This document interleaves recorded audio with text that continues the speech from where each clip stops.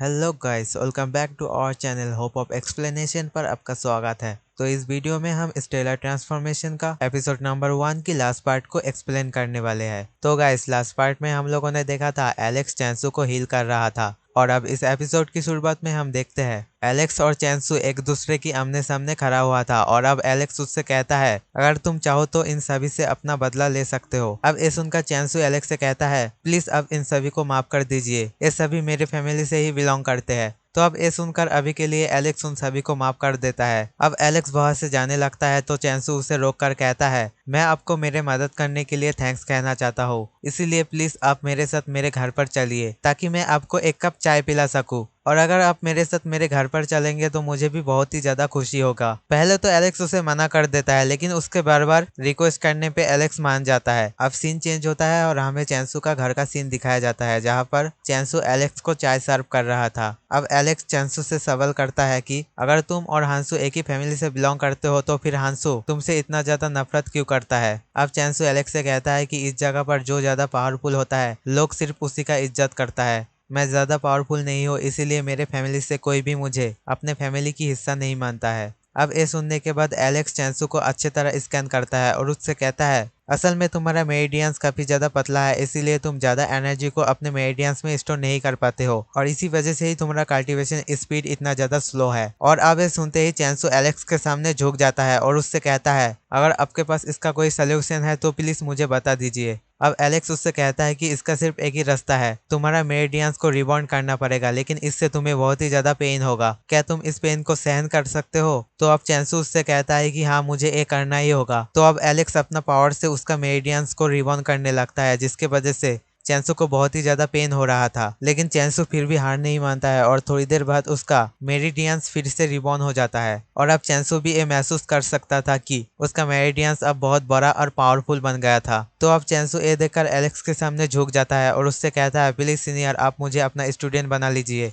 तो एलेक्स उसे साफ साफ मना कर देता है। तो अब चैंसू बाहर से चला जाता है और अब एलेक्स का असिस्टेंट उससे पूछता है मास्टर आखिर आपने ऐसा क्यों किया, आपने पहले ही उसका कैरेक्टर टेस्ट ले लिया था और उससे आप सेटिस्फाइड भी हो गए थे, तो फिर आपने उसका टीचर बनने से मना क्यों कर दिया। तो अब एलेक्स उससे कहता है क्योंकि मुझे डर है अगर मैंने अपना टेक्निक उसे सिखा दिया तो हो सकता है वो और भी ज्यादा मुश्किल में आ जाए क्योंकि मेरा स्टेलर ट्रांसफॉर्मेशन टेक्निक बहुत ही ज्यादा खतरनाक है। अब सीन चेंज होता है और वहाँ पर लीन फैमिली का लीडर अपने पोते के साथ आ गया था और वो एलेक्स से कहता है कि मैं यहाँ पर आपसे माफी मांगने के लिए आया हूँ क्योंकि मुझे पता चला है कि मेरे पोते के वजह से आपको काफी ज्यादा प्रॉब्लम्स हुआ है। अभी ये लोग काफी ज्यादा यंग है इसीलिए ये लोग इस तरीके का हरकत करते रहता है लेकिन अब से ये लोग ऐसा बिल्कुल भी नहीं करेंगे, तो प्लीज इनको आप माफ कर दीजिए। तो अब एलेक्स उनसे कहता है कि आपको परेशान होने की बिल्कुल भी जरूरत नहीं है क्योंकि ये मैटर पहले ही खत्म हो गया है। अब वो एल्डर एलेक्स से कहता है कि मैं लियू फैमिली का एक एल्डर हूँ और मुझे आपके बारे में चैंसू ने बताया था, इसीलिए मैं यहाँ पर ये जानने के लिए आ गया आखिर आप हमारा ये छोटा सा मैपल मून स्टार में किस काम के लिए आए हैं ताकि हो सके तो हम भी आपका मदद कर सके। तो अब एलेक्स उनसे पूछता है कि क्या आपको डिमन वर्ल्ड का रास्ता मालूम है क्योंकि मुझे वहीं पर जाना है। तो अब ये सुनकर एल्डर एलेक्स से कहता है कि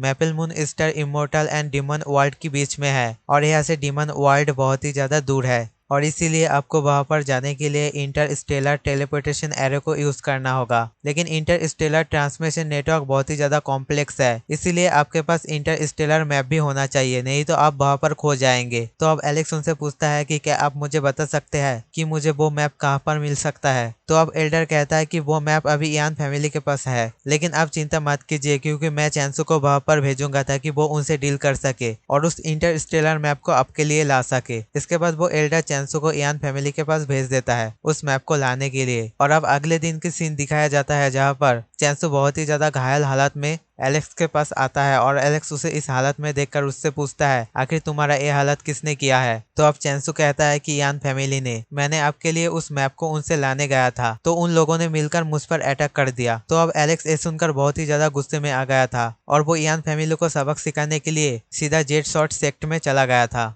क्योंकि वहाँ पर यान फैमिली का वो एल्डर था जिसने चैंसू को पीटा था और एलेक्स वहाँ पर जाकर सबको पीट रहा था। तो अब यान फैमिली का वो एल्डर बाहर आता है और एलेक्स से पूछता है कि तुम यहाँ पर किस लिए आए हो। तो अब एलेक्स उससे पूछता है कि तुम बताओ चैंसू को यहाँ पर किसने मारा था। तो वो एल्डर कहता है कि वो मैं ही था, क्योंकि चैंसू बहुत ही ज्यादा कमजोर है और वो मेरे साथ डील करने की काबिल नहीं है। और ये कहते ही वो एलेक्स के ऊपर हमला कर देता है, जिसे एलेक्स बहुत ही आसानी से ब्लॉक कर लेता है और अपना शॉट को समन करते हुए एक ही अटैक में उस एल्डर को खत्म कर देता है। और ये देखकर जेट शॉर्ट सेक का लीडर गुस्से में आ जाता है और अब वो एलेक्स को जान से मारने के लिए अपना कई सारे क्लोन क्रिएट करने लगता है। और इसी के साथ आज का एपिसोड यहीं पर खत्म हो जाता है।